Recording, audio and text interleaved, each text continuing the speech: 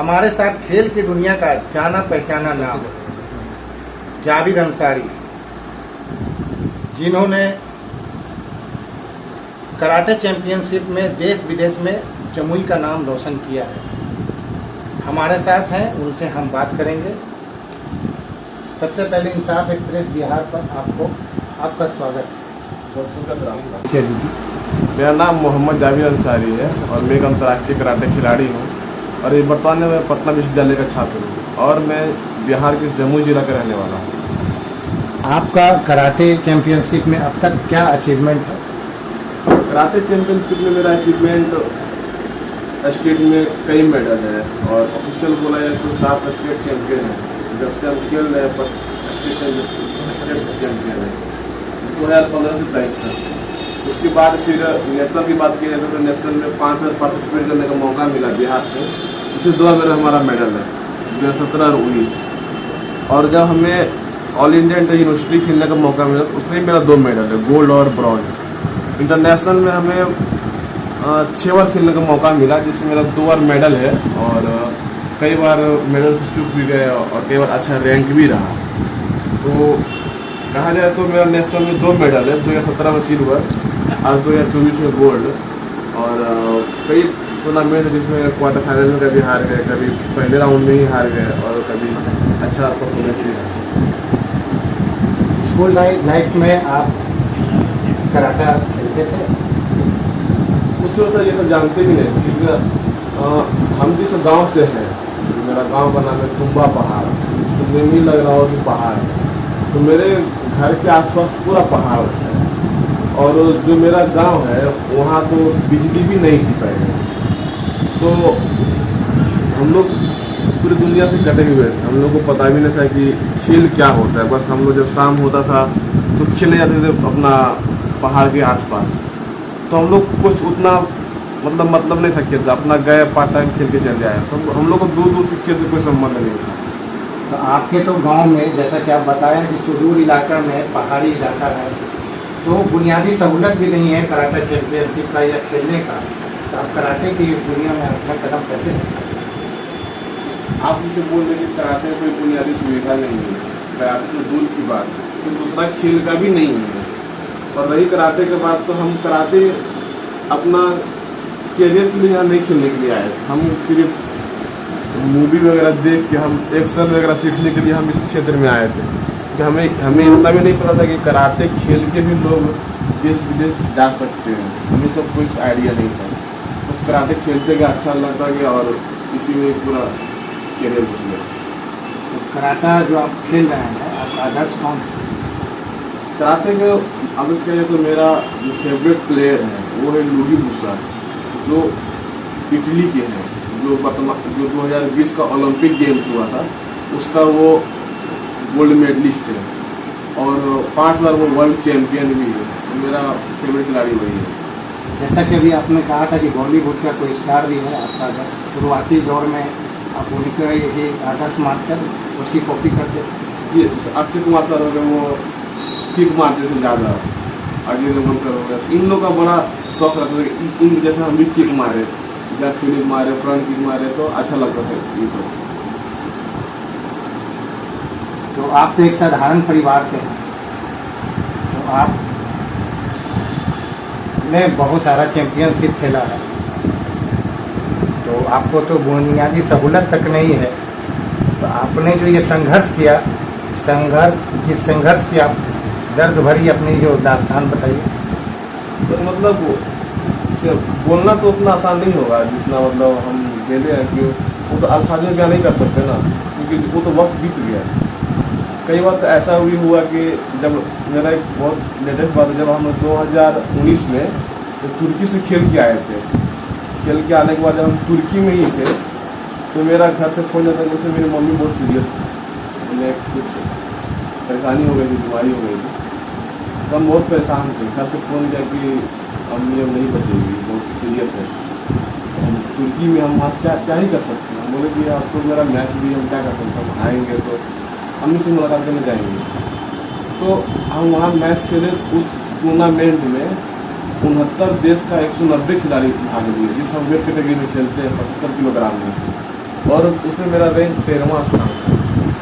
190 खिलाड़ी मेरा 13वां स्थान था। उसके बाद वापस हम जब इंडिया आए, इंडिया आने के बाद फिर मेरा नेशनल मैच था दिल्ली में।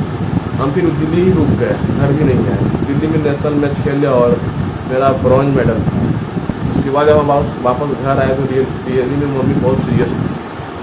उसको हमें भेलोर लेके जाना पड़ा क्योंकि आसपास कोई अच्छा हॉस्पिटल दिख नहीं रहा था और बहुत लोग का सजेशन था कि वो एक ऐसा हॉस्पिटल है जहाँ कम खर्च में अच्छा इलाज करती है। हम लोगों ने भेलोर गया और वहाँ 3 महीना हॉस्पिटल में रह गया मम्मी के साथ। मम्मी को 3 महीना इलाज करना पड़ा। तो 3 महीना में कराटे से बहुत दूर हो गए, कहाँ टूर्नामेंट का सारा छूट गया। उसके बाद जब वो वापस वहाँ से आए, वापस आने के बाद जब हम वर्ल्ड कराटे खेलने के लिए जब हम दौड़ने लगे तो उसमें बहुत पैसा लगता है क्योंकि जब हम अभी तुर्की से जब 13वां स्थान था मेरा, तो मेरा वर्ल्ड रैंक 258 हो गया था पूरे ऑल ओवर वर्ल्ड में। 258 यदि टॉप 100 रहता मेरा तब ओलंपिक के लिए ट्रायल देते 2020 में ही, क्योंकि मेरा रैंक नहीं बन पाया क्योंकि कुछ इशू था, मम्मी का घर का प्रॉब्लम था और फंड नहीं हो पा रही। उसके बाद जब 2019 में हम किसी दिल्ली के में बहुत अच्छे लोगों से बात किया कि हमें कुछ बाहर देश जाना है खेलने के लिए, अमेरिकी महादेश। तो वहाँ जाने का एयर टिकट ही बहुत ज़्यादा है क्योंकि बहुत दूरी पड़ता है अपने देश से। तो वो बोला कि अब दिल्ली आ जाओ, आपको फंड यहाँ करवा देते हैं। हमने दिल्ली में 15 दिन रहा। वहाँ रहने के बाद कई लोग ऐसा भी मिले जो बोला कि तुम तो कराटे चैंपियन होना। बोला हाँ। बोला कि मेरे यहाँ भी एक चैंपियन, उससे लड़ोगे। हमने वहाँ भी उनसे लड़ा और उसको भी हराया। इसका वीडियो फुटेज मेरा यूट्यूब पे सोशल मीडिया पे है। हराने के बाद भी फिर लोग ऐसा मतलब करते करते 15 दिन रखा, अल्लाह से बोला कि पैसा नहीं हो पाएगा। फिर दिल्ली से मायूस घर चले आया। आने के बाद फिर हिम्मत नहीं होगी फिर कराटे खेल पाएंगे। फिर 2020 में जब स्टेट सिलेक्शन हुआ, फिर गोल्ड जीते और उसके बाद फिर ईस्ट इंडिया खेलने के लिए गए। लास्ट मैच मेरा 2020 का ईस्ट इंडिया में मुझे ब्रॉन्ज था। उसके बाद फिर कोविड ही लग गया था। फिर 21-22 को ऐसे ही गुजर गया। ये सब है मेरा जीवन। अब तक आपने किस किस देश में जाकर कराटा खेला? देश की बात की जाए तो 2017 में पहली बार श्रीलंका गए थे, जो साउथ एशियन कराटे चैंपियनशिप थी। उसमें मेरा सिल्वर मेडल था भारत के लिए। मेरा पहला अंतर्राष्ट्रीय मैच था और इसमें मेरा सिल्वर मेडल था देश के लिए। और बिहार के लिए भी पहला मेडल था जो साउथ एशिया में मेडल जीता। उसके बाद 2018 में खेलने का मौका मिला तो 2018 में चाइना और थाईलैंड गए। 2019 में मौका मिला तो फिर तुर्की गए और फिर कोविड लग गया तो फिर 2 साल नहीं खेल पाए। फिर 2022 में जब हम खेलने मौका तो इजिप्ट खेलने के लिए गए और फिर फंड नहीं हो पाया तो फिर 2024 में नेपाल गए। तो मेरा 6 कंट्री हुआ अभी तक खेलने के लिए। आपने बताया कि संघर्ष की कहानी में पप्पू यादव का भी रोल के बारे में बताया। पप्पू यादव ने किस तरह से आपकी मदद किया? पप्पू यादव जब हम 2015-16 में जब दिल्ली खेलने जाते थे और बहुत फंड लगता था जो अरेंज नहीं पता था, उसमें उनका बड़ा नाम था कि वो गरीबों का मसीहा है, वो लोगों की मदद करते हैं। तो फिर हम किसी भैया के थ्रू उनके पास पहुँचे, अपना सारा कहानी बताए हो, उन्होंने मदद किया हमें और रहने खाने का भी अरेंज तक किया है वो दिल्ली में हमारे लिए। कराटे चैंपियनशिप में अपना भविष्य कैसा देखते हैं? इसमें तो भविष्य बहुत अच्छा लगता है हमें क्योंकि हम इसमें 9 साल करीब दे चुके हैं और 9 साल में हम दुनिया का बहुत सारा टूर्नामेंट खेले, नेशनल, इंटरनेशनल, डिस्ट्रिक्ट से लेकर स्टेट तक, ओपन नेशनल, ओपन स्टेट। और कई बार हमें सरकार इस चीज़ के लिए सम्मानित भी कर चुकी है कि तुम बेस्ट प्लेयर हो। 4 बार सरकार सम्मानित कर चुकी है। तो और 2 बार हम एशियन गेम्स के ट्रायल के में भी रहे हैं। हमें लगता है कि जो आने वाले 2026 का एशियन गेम्स है तो हमें लगता है कि उसमें हम खेल सकते हैं देश के लिए। यही मेरा। बिहार सरकार से कोई प्रोत्साहन आप? बिहार सरकार तो सिर्फ मेडल जीतने के बाद ही प्रोत्साहन देती है। बाकी सरकार तो कहती है कि मेडल लाओ लोग पाओ। हमारा मेडल तो 2017 से ही है। 17 में एफिलिएशन में 2 मेडल है, अंतर्राष्ट्रीय लेवल में मेडल है, 19 में मेडल है, 2022 में मेडल है, 2023 में मेडल है, 24 में मेडल है। पता नहीं सरकार किस तरह का मेडल चाहती है। जो खेल मंत्रालय जो वैकेंसी निकालती है उस जो सूची होता है खेल का, उसमें कराटा है। मतलब बिहार सरकार जो अभी नया गजट निकाली है उसमें तो कराटे नहीं है। इससे पहले जितना भी निकलता था सब में कराटे रहता था। बदले रहते हैं। बिहार सरकार से कोई शिकायत? शिकायत तो हम नहीं कर सकते क्योंकि हम तो बिहार के ही रहने वाले हैं, लेकिन हम सरकार से ये आग्रह करेंगे कि आप जूनियर खिलाड़ियों को नौकरी दे रहे हैं, और एक तो विश्वविद्यालय लेवल में बहुत कम ही खिलाड़ी हैं बिहार में जिनको मेडल है, गिने चुने प्लेयर हैं यूनिवर्सिटी खेल, क्योंकि यूनिवर्सिटी खेल बहुत टफ है। लोग बोलते हैं कि नेशनल टफ है, नेशनल में तो लिमिट प्लेयर आता है, सेलेक्ट है, लिमिट है। नेशनल में जितनी स्टेट है उतना ही प्लेयर आएंगे, ज़्यादा नहीं, क्योंकि सारा स्टेट मिलकर एक नेशनल बनता है, उसमें फिक्स है कि 40 प्लेयर ही आएंगे। यूनिवर्सिटी में ऐसा नहीं है।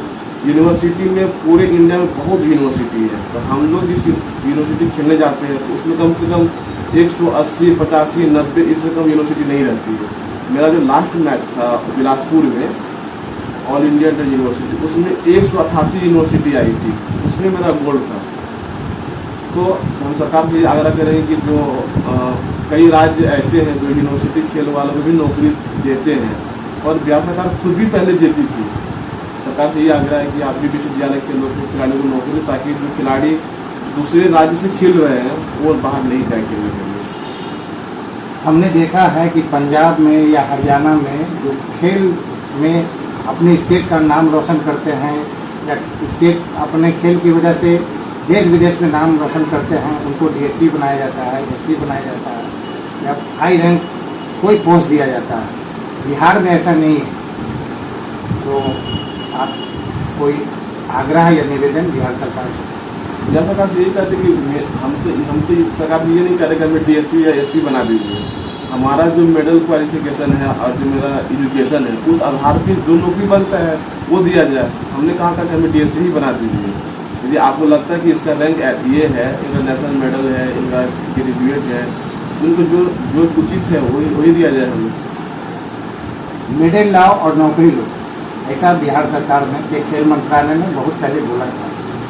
तो अगर आपको जॉब मिलता है तो बहुत सारे जो युवा वर्ग है जो खेल की दुनिया में आना चाहते हैं या अभी भी हैं, ऐसे हज़ारों लोग हैं जो संघर्ष कर रहे हैं, उससे तो भी तो प्रोत्साहन मिलता है खिलाड़ियों को।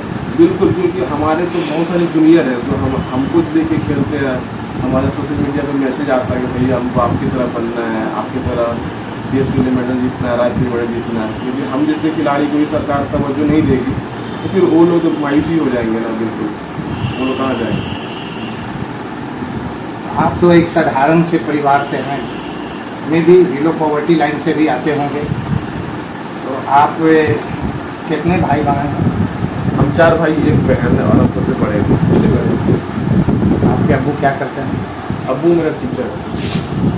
आप लोग पटना में कितने भाई कर रहे हैं? हम पटना में 3 भाई पढ़ाई करते हैं। 2 भाई पटना यूनिवर्सिटी में है और एक राजनीति जनरल तैयारी कर रहे हैं।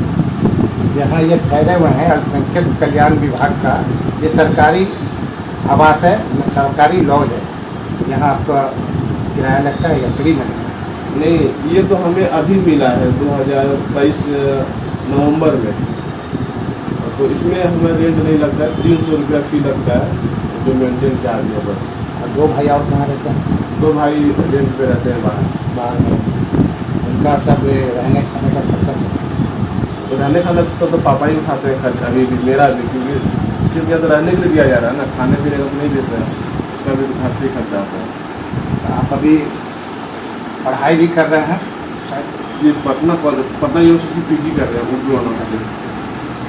तो आप तो कॉम्पिटिटिव एग्ज़ाम के लिए यहाँ आए थे, पढ़ लिख कर एक अच्छी नौकरी के लिए आए थे। और ऐसा कहा जाता है, पुराने बुजुर्ग लोग कहते थे कि पढ़ोगे लिखोगे बनोगे नवाब, खेलोगे कूदोगे तो होगे खराब। लेकिन आपने तो खेल की दुनिया में ही कदम रख करके अपने परिवार का, अपने ज़िला का, अपने सूबे का और देश का नाम रोशन किया है।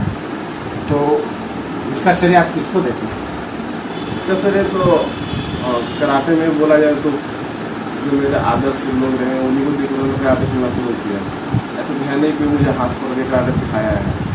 तो आपको जिसको आदर्श मानते हैं उसको तो आप यूट्यूब पर या इसमें देखा होंगे, जो फिजिकल वर्क यानी ग्राउंड में रहकर हाथ पकड़ कर जो आपको ट्रेनिंग देते हैं वो कौन है?